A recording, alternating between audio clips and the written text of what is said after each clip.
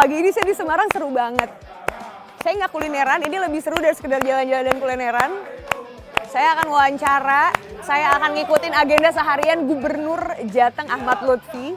Yang sekarang venue pertamanya adalah ini lokasi retret para kepala daerah di Jawa Tengah.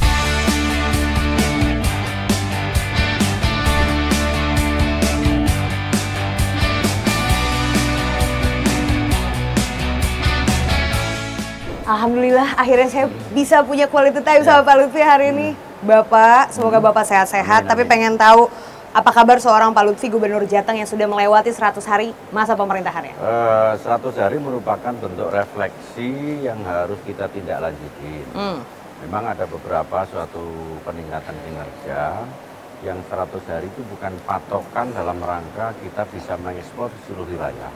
Tetapi upaya-upaya 100 hari ini akan kita jadikan patokan untuk lebih memberikan suatu direktif, kemudian di lapangan mana-mana program-program kita yang harus dilakukan intervensi maupun program-program yang dilakukan asistensi, termasuk program-program yang harus dieksplorasi. Dan ini sudah kita lakukan dengan para bupati wali kota, termasuk dengan OPD-OPD kita.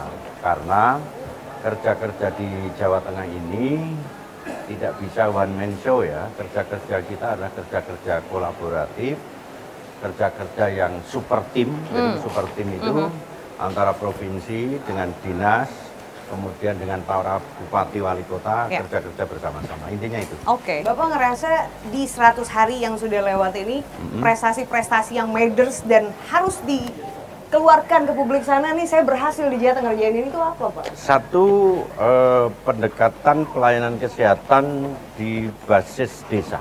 Oke. Jadi 3,2 juta masyarakat pedesaan sudah kita layani terkait dengan kesehatan puskesmas keliling. Jadi kita dokter spesialis keliling itu sudah sampai di desa-desa. Spelling itu ya? Spelling, jadi spesialis keliling, di mana masyarakat desa itu tidak pernah mendapatkan pelayanan kesehatan terkait dokter spesialis, contohnya penanganan kanker serviks, contohnya pendeteksi terkait dengan TBC, contohnya di sana juga ada terkait dengan pendeteksi posyandu terkait dengan stunting. Nah itu dengan cara begitu mereka akan terlayani. Kemudian yang kedua, yang menjadi prioritas kita itu adalah angka kemiskinan kita yang 9,58. Kemiskinan tidak bisa kita tangani secara parsial, maka secara bersama-sama. Satu, dari segi rumah layak huni, jadi RTLH. Kita sudah bangun untuk sekarang itu 17.000 rumah layak huni. Jadi rumah masyarakat yang miskin ekstrim yang sudah kita petakan dengan anggaran tertentu kita bangun dari mulai rumahnya yang tidak layak huni kemudian menjadi layak. Contoh syaratnya rumah mereka sertifikat rumahnya sendiri dan rumah itu tidak bersengketa. Kita lakukan eksplorasi di sana. Setelah ini kita akan langsung ngecek RTLH-nya seperti apa, Pak? Ayo kita ke sana. Kita akan ke daerah mana sih, Pak? Ke daerah Ungaran. Ungaran.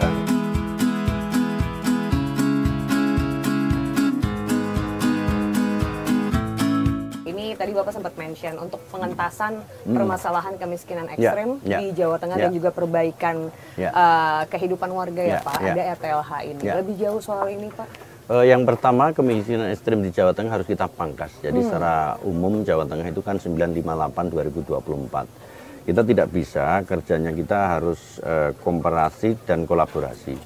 Dari pertama, dari mulai pendidikannya kita tingkatkan terkait dengan SMA. Kita tidak ada warga miskin kita yang tidak sekolah. 5.000 anak-anak yang putus sekolah kita sekolahkan gratis.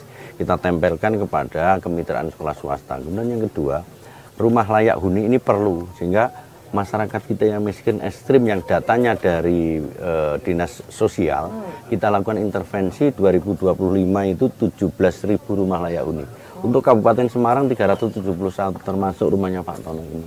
Dengan harapan apabila papan, sandang, kemudian kesehatan juga spelling tadi sudah kita lakukan, maka secara tidak langsung, secara komprehensif akan memangkas kemiskinan di wilayah kita. Oke Pak, sandang ini kan basic needs ya Pak, maksudnya kebutuhan dasar sekali. Sedangkan kalau ngomongin soal wilayah Jawa Tengah yang luas sekali, disparitas antar wilayah gimana Pak untuk bisa kesentuh semua dengan rata? Gitu? Jadi disparitas ini harus kita lakukan prioritaskan. Dari 35 kabupaten kita intervensi di 10 kabupaten termiskin terbawah. Jadi saya potong 10 kabupaten terbawah, maka 10 kabupaten terbawah ini masing-masing desa kita jadikan zonasi kroyok oleh dinas kita. Jadi begini, dinas kita itu akan ke desa-desa di 10 kabupaten kota yang termiskin. Apa itu termiskin? Desa yang bansosnya lebih dari 60% bansosnya, itu harus kita intervensi. Jadi dinasnya nanti ada dinas sosial, kemudian dinas perumahan, kemudian dinas kesra, semuanya akan termasuk potensi-potensi desa di mana desa miskin itu ada. Kita keroyok bareng-bareng dengan harapan potensi desa, kemudian literasi desa, kemudian pemuda desanya, kemudian petani desanya di desa termiskin kita intervensi dari provinsi dengan kabupaten dengan harapan mereka akan bisa bersaing dengan desa-desa yang tidak miskin. Secara tidak langsung kalau desa termiskin itu mulai kita infiltrasi, maka naik ke atas kabupaten dan kota tidak menjadi kabupaten termiskin, akan mengangkat bersama-sama. 2024 itu 1.270.000 zaman gubernur yang dulu. Ini masih ada sekitar ya 1 jutaan lebih. Artinya ini kan harus bertahap, berlanjut dan berkelanjutan. Makanya Jawa Tengah kita punya moto bagaimana kita investasi harus kita galakkan sehingga PAD-nya akan meningkat. Secara tidak langsung upah akan menaik dan secara tidak langsung akan membantu masyarakat kita dengan yang miskin. Bapak yang juga tak kalah menjadi isu sekarang adalah ancaman Jawa Tengah yang akan tenggelam. Ya. Untuk ini kan pasti semua langsung bertanya-tanya, gubernurnya punya program apa untuk itu? Kalau tipologi Jawa Tengah, terutama Semarang, khususnya pantai Pantura Jawa Tengah, ini memang dari dulu, dari 3 tahun yang lalu sudah terjadi adanya perubahan musim, penurunan air tanah, kemudian rob, pendangkalan muara dan lain sebagainya. Ini yang harus kita kerjasamakan dengan kerja-kerja provinsi, kabupaten kota, desa, bahkan di tingkat kementerian. Kita sudah mempunyai jangka panjang, jangka menengah, dan jangka pendek. Jangka menengah, masyarakat kita sudah kita didik terkait dengan rumah apung. Pencegahan kita lakukan dengan program Green Segoro. Seluruh kabupaten kota, garis pantai dari 971 km, bupati wali kota yang punya garis pantai Pantura, kita nanam mangrove bersama-sama upaya pencegahannya. Masyarakat kita didik terkait dengan rumah apung yang sekarang sudah berlaku di Rasayung. Kemudian dilakukan kanalisasi kepada kampung-kampung yang kena rob dengan cara dikasih namanya jenis pompa yang kita lakukan. Kemudian BLT semuanya kita dorong ke wilayah sana. Kemudian bantuan KUB semuanya kita dorong ke sana. Kemudian yang kedua, langkah strategis untuk menghadapi ini adalah rob yang makin musim makin gila, maka Giant Sea Wall itu menjadi solusi yang paling utama dan pemerintah pusat sudah turun tangan. Giant Sea Wall itu sudah kita bangun dalam rangka apa? Satu, mengatasi rob, yang kedua adalah mengatasi banjir yang kita lakukan. 1 Januari nanti sudah mulai tersambung secara fungsional untuk Giant Sea Wall untuk wilayah Sayung dan sekitarnya. Demikian, Pak. Oke, Pak, Giant Sea Wall itu kan proyek yang nggak murah, Pak. Iya, gede banget, Pak. Uangnya dari mana? Semuanya dari APBN. Dari APBN, dari Kementerian PU. Kalau wilayah wilayah Sayung Demak itu 10,9 triliun. Total. Ya, itu dari tahun 2002 sampai 2027. Wow. Dan itu salah satu jangka panjang yang nanti bisa mengkikis adanya rob maupun banjir di wilayah sana. 25 tahun ya jangkanya ya. Betul. Investor, Pak? Investornya semuanya dari BPWSO ya, yang menunjuk adalah proyek pemerintah, dalam hal ini Kementerian PU yang mengerjakan. Soal ancaman Jawa Tengah tenggelam ini, Bapak udah sempat ninjau ke desa-desa? Sudah hampir 4 kali, bahkan kita 2 hari di wilayah Demak, kita bermalam di sana, diskusi dengan bupati, dengan lurah, bahkan lurahnya, camatnya, bupatinya kita undang, kita diskusi di kantor kita mainkan di lapangan bersama-sama. Oke, Pak. Kalau masih banyak yang pesimis kayak nggak bakal bisa dicegah, kayaknya Jawa Tengah one day akan tenggelam. Apa anggapan Bapak? Itu harus kita kikis. Dari dulu kan ada nyanyian Semarang kali ini banjir. Dan memang itu resiko, dan itu resiko yang harus kita hadapi. Kita harus membiasakan namanya tanggap bencana di wilayah kita terkait banjir itu bersama-sama. Makanya kita dari mulai sampai di tingkat desa itu harus mempunyai sense of crisis terhadap bencana itu sendiri. Makanya tagana dana kita aktifkan, kemudian masyarakat kita didik terkait dengan itu. Memang harus secara bersama-sama kita lakukan. Demikian, Pak. Menurut Bapak sosialisasinya udah cukup nyampe belum sih Oh, masyarakat? sudah, loh, apa itu, yang harus mereka lakukan? Itu RAP itu bukan hari ini. Itu Udah 3 tahun lama. yang lalu sudah kayak gitu. Dan masyarakat sudah terbiasa. Makanya kita harus kerja-kerja yang cepat dan parsial dengan masyarakat. Serikut kementerian terkait. Kolaborasi. Kolaborasi kok kata yeah. Bapak.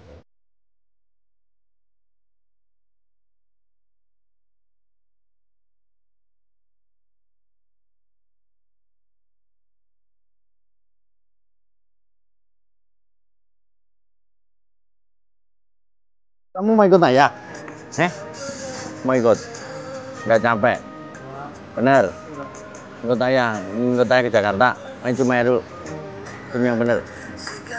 Oke, sekarang saya udah ada di rumahnya Pak Ahmad Lutfi, Gubernur Jawa Tengah. Bareng sama Abang, tas dulu dong Bang, tadi kita udah kenalan. Ini anak kebanggaan saya. Dan dia yang memberikan semangat saya untuk eksis, bekerja. Bahkan anak saya yang satu ini yang bikin kontrol saya. Jadi ayah pulang jam berapa, saya bubuk sama siapa, boleh ikut enggak, yang setiap hari ngontrol saya. Dan ini menjadi semangat saya untuk memberikan pelayanan pada masyarakat anak. Hebat banget. Bapak, Betul Bang? Tapi mau tanya dong, satu telepon yang nggak pernah Bapak tolak adalah teleponnya Abang. Teleponnya Abang, betul. Jam berapapun, Jam dimanapun, berapapun, kapanpun. Kapanpun. Kalau sampai nggak keangkat, Wah marah. Marah? Yang marah saya.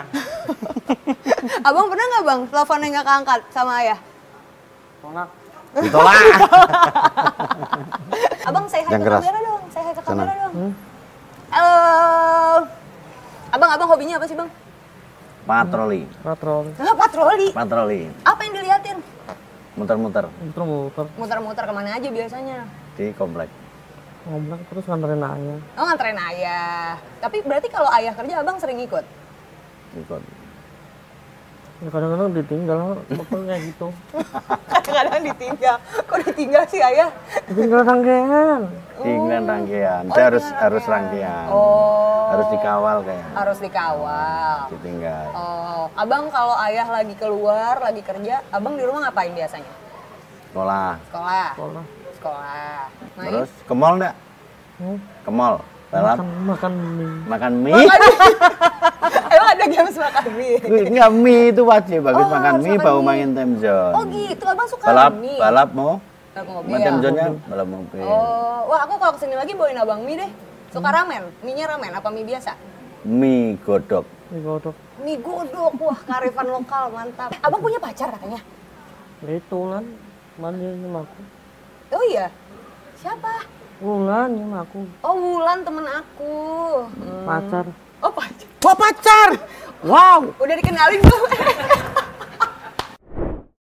Di luaran kita tahu Pak Lutfi tegas, Pak Lutfi Iya. sosok yang apa ya? Mungkin kencang sama sesuatu yang Iya. harus disiplin. Iya. Tapi ketika di rumah melemah 180 derajat langsung berubah. Ya karena apa ya?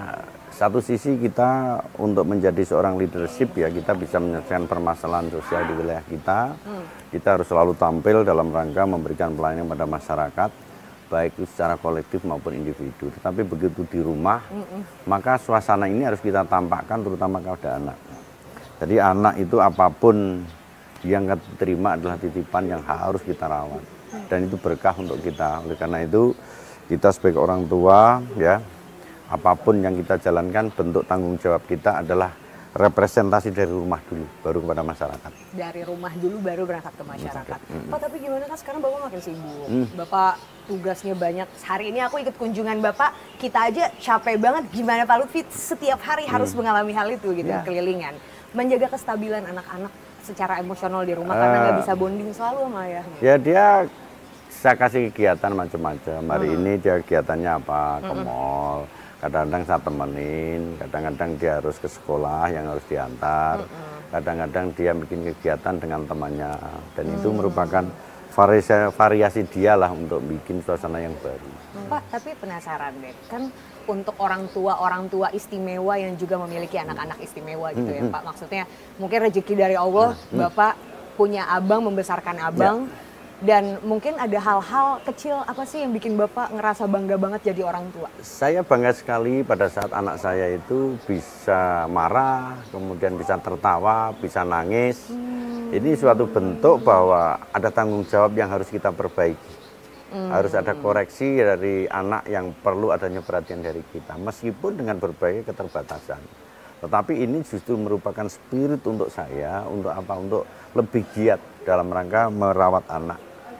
Itu sama dengan kita merawat permasalahan sosial di wilayah Jawa Tengah. Semuanya bisa multi implementasi gitu ya Pak ya. Oke. Dan saya tidak punya beban, artinya saya bangga kok punya anak. Saya bawa kemana aja, dan saya nggak malu. Justru mereka menjadi spirit bagi mungkin masyarakat yang lain yang mempunyai kehidupan seperti saya. Bapak Dan juga tidak punya, beban. Bapak juga punya satu anak perempuan. Ada. Kakaknya abang ya Kakaknya, Pak ya. kakaknya pun saya drill bahwa kamu nanti besok harus bisa merawat adik kamu seandainya terjadi apa-apa sama ayah. Dan dia udah tahu. Bapak apa sih Bapak sebagai orang tua suka takut nggak sih Pak? Apalagi kan Bapak single parent. Bapak ngerawat anak Bapak hands on langsung. Ya. Ketakutan terbesar Bapak punya anak istimewa? Satu ya, paling tidak saya harus punya rencana ke depan. Tapi belum tentu ya, namanya jodoh itu dalam tanda kutip di atas yang menentukan. Tetapi apakah dia bisa menerima anak saya? Sementara hanya menerima saya. Dan saya ke depan punya keluarga paling tidak, saya tidak pengen mempunyai keluarga yang justru menimbulkan permasalahan baru. Tetapi harus bisa mendukung dengan keberadaan saya, kekurangan saya, kelebihan saya, apalagi kekurangan di atas anak saya, segala-galanya. Oh, dengar-dengar di Instagram banyak yang sering nyolek-nyolek Pak, yang kayak berminat untuk jadi ibu gubernur juga katanya. Saya nggak pernah buka Instagram. Saya gaptek, jadi Instagram punya paling ya hanya untuk nyimpan foto. Saya jarang ngeliat kayak gituan. Karena kerja yang kita lakukan kerja-kerja yang ikhlas saja kok, nggak pakai media. Media biar teman-teman yang lain ngomong. Tapi Pak, proses pencarian tambatan hati berarti masih berlanjut nih sekarang. Terus. Terus ya Pak? Terus. Mungkin kita bisa bantu cari jodoh nih buat Pak Lutfi. Kriteria perempuan idamannya Pak Lutfi Pak? Nggak usah muluk-muluk, yang penting bisa nerima anak saya udah selesai itu. Oh ya? Ya. Dan saya masih pengen punya anak lagi. Oh, nambah anak lagi. Ibu-ibu atau kakak-kakak siap? Silakan. Kita terima line up daftarnya ya Pak ya. Dia harus lolos pretest sama dia. Yang ngetes abang langsung Iya. soalnya. Jadi sebetulnya Bapak kalau stay single nggak mau single sebetulnya. Ya, Cuman iya, harus dites ada. dulu sama Ah, abang iya. nih. Ini menarik banget Pak. Aku pertama kali datang ke sini lihat rumahnya Bapak. Satu-satunya rumah pejabat yang saya datengin terbuat dari kontainer. Ya. Apa yang bikin Bapak kayak kepikiran aja ngebangun rumah dari kontainer? Satu, itu ngirit. Oh ya? Yang kedua, dia tahan gempa. Karena kontainer kita tumpuk-tumpuk, kita lobangi. Kemudian kita, ya udah nggak usah perlu macam-macam. Jadi artinya dia menggunakan kontainer ini dengan cara praktis, cepat, dan biaya murah. Anti gempa. Anti gempa? Anti gempa. Oh iya Pak? Ya. Kalau misalnya ada gempa, terus? Ya belum pernah Merinding. gempa. Jangan sampai ya. Ya, atau ke sini biar kita tahu di Oh, sana. coba-coba. Sini. Nah, ini. Rumahnya Pak Lutfi, Sini. bahannya Ini kontainer. Ini dari kontainer semua, sampai ujung kontainer kan. Nah itu kontainer semua. Kontainer semua. For real loh guys. Kontainer semuanya. Iya kontainer semua. Oh. Nah ini dalamnya kontainer. Assalamualaikum. Ya, nggak ada orang. Oh. Ini kontainer semua, cuma kita rubah. Wow. Jadi perpaduan kontainer sama gebyok ya Pak? Ya, gebyok. Ini Jawa, kalau Jawa. kontainer kan agak ya Modern. ada besi, ada kayu, ada batu bata. Oh. Ya, biar lengkap. Jadi lengkap semuanya. Iya. Oke, Bapak Iya. sedikit kalau boleh kita flashback ke perjalanan karirnya Bapak. Bapak jadi Kapolres dulu, terus akhirnya Bapak jadi Kapolda di Jateng tahun 2020 sampai 2024 pertengahan. Terus Bapak ikut kontestasi pilkada, Bapak jadi gubernur. Terus sekarang apa ya Pak, bisa dibilang jalan karir Bapak tuh mulus. Bahkan endorsementnya datang dari dua presiden Republik Indonesia. Presiden Jokowi dan juga Presiden Prabowo. Bapak didiriin di sebelahnya sama Gus Yassin gitu Pak. Itu apa sih Pak rahasianya sampai Saya tidak punya sebegitunya? rahasia. Yang pertama hidup itu mengalir. Jadi mengalir apa adanya, tidak dibuat-buat. Kemudian hidup kita jalani apa adanya. Saya yakin dan percaya bahwa masyarakat akan melihat tentang kehidupan kita yang alami, tidak karena sesuatu. Jadi pengabdian yang kita lakukan adalah bagaimana yang kerja-kerja yang ikhlas, yang tanpa beban, tidak gumunan, tidak gampang heran, tidak gampang takjub, tetapi itulah representasi apa adanya yang saya lakukan. Bagaimana dengan statement yang meragukan, Lutfi mah pilihan kekuasaan bukan pilihan rakyat? Silahkan aja, tapi masyarakat kita kan yang menilai. Jadi masyarakat akan menilai kerja-kerja yang tematik, kerja-kerja yang super tim, karena Jawa Tengah itu adalah istilahnya yang luas dengan penduduk 37 juta, dengan berbagai problem solving yang di dalamnya, kita tidak bisa kerja sendiri. Pak, tapi kepala daerah lain nggak ada loh Pak, yang didiriin sebelah sama Pak Prabowo dibilang pilih yang ini gitu. Saya nggak tahu. Tapi prinsip itu kan bentuk suatu mekanisme hidup yang harus saya laksanakan dan kami jalankan. Apa sih Pak pesannya Pak Prabowo untuk Jateng? Pesannya ya agar kita selalu di tengah-tengah masyarakat, tahu tentang problem masyarakat, dan sebanyak mungkin berguna bagi masyarakat di wilayah kita. Kalau Pak Jokowi kan juga warganya Bapak nih sekarang. Titip nelayan, titip petani, titip pesantren, titip anak muda, untuk lebih sejahtera dalam rangka pelaksanaan tugas pokok di wilayah Jawa Tengah. Ya kurang lebih semuanya nitipin supaya untuk better Jateng ya Pak ya, for the future. Oke, Bapak sebelum kita menutup episode Point of View kali ini, aku punya fire question. Apa itu? Silakan. Pertanyaan cepat, Bapak tinggal menjawab pertanyaannya, hal pertama yang terlintas di kepala Bapak. Secepat mungkin. Bapak siap? Siap. Oke, kita mulai fire question untuk Pak Lutfi. Yang pertama, hal pertama yang Bapak lakukan saat bangun tidur? Bangunin anak. Satu kata yang menggambarkan Jawa Tengah hari ini. Hari ini Jawa Tengah gemah ripah lojinawi toto tentrem kertoraharjo. Tokoh yang Bapak kagumi? Tokoh yang dikagumi adalah orang tua saya, terutama ibu. Oh ya, kenapa Pak? Ya karena ibu lah yang memberikan spirit saya bahwa ibu adalah segala-galanya bagi saya. Kapan terakhir kali Bapak ngerasa takut? Saya tidak pernah takut dengan suatu keadaan. Yang saya takutkan bahwa anak saya nanti dengan siapa. Tetap fokusnya di anak ya Pak. Oke, yang ini penting nih. Siapa orang terakhir yang Bapak telepon semalam? Semalam saya nelpon anak, karena semalam saya ada kegiatan di luar. Jemput Gubernur Lemhanas. Telepon anak ya Pak? Bukan telepon ayang? Telepon anak, karena sudah terlalu malam. Oh, sudah terlalu malam. Oke, pilihan tersulit dalam hidup Bapak sejauh ini?